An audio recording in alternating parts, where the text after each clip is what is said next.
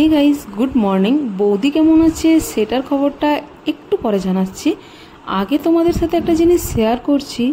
সকালবেলায় গার্ডেনটা পরিষ্কার করছিল, পরিষ্কার করতে গিয়ে দেখো একটা কি বড় বিশাল আকারের সাপ বেরিয়েছে। এটা কি সাপ তোমরা বলবে, অনেকে অনেক রকম কনফিউজ, কেউ বলছে এই চিতি, কেউ বলছে ওই চিতি, কেউ বলছে খরিস। যদিও বোঝা গেল যে খরিস সাপ এটা নয়, তো তোমরা যদি বুঝতে পারো জানাবে। আর বিশ্বাস করো, বাবা যত দিন ছিল ততদিন এই গার্ডেনে কোনো দিন একটা সাপ দেখতে পাইনি। জানি না, ভগবান জানে বাবা কিভাবে রেখেছিল।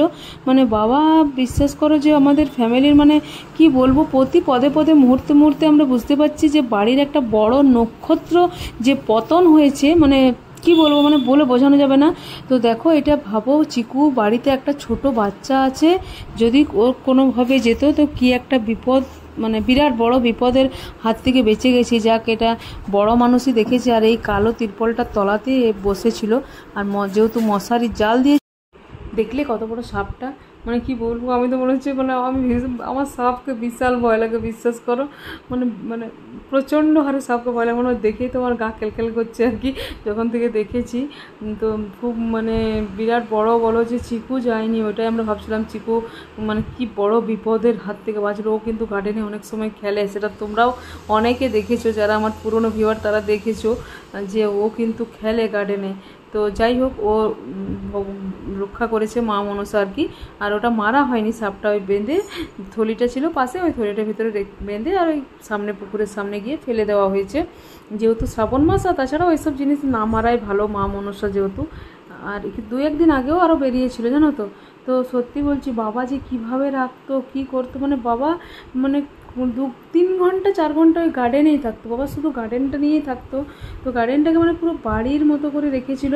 আর এটা দাদাও ক্লিন, আমরা ক্লিন করাই, লোক লাগিয়ে করাতে হয়। অত বড় গার্ডেন তোমরা তো দেখেছো, অনেকটাই বড়। তো এখন জানো তো, লোকেরও খুব সমস্যা, টাকা দিলেও যে তুমি লোক পাবে সেটাও পাওয়া যাচ্ছে না। তো যাই হোক, এবার আসি বৌদির শরীর কেমন আছে।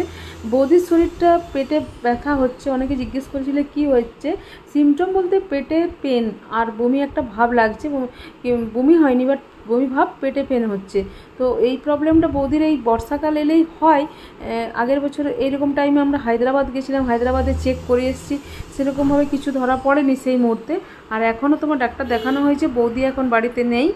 ওই তোমার সমস্ত কিছু রিপোর্ট করার জন্য বাঁকুড়ায় গেছে।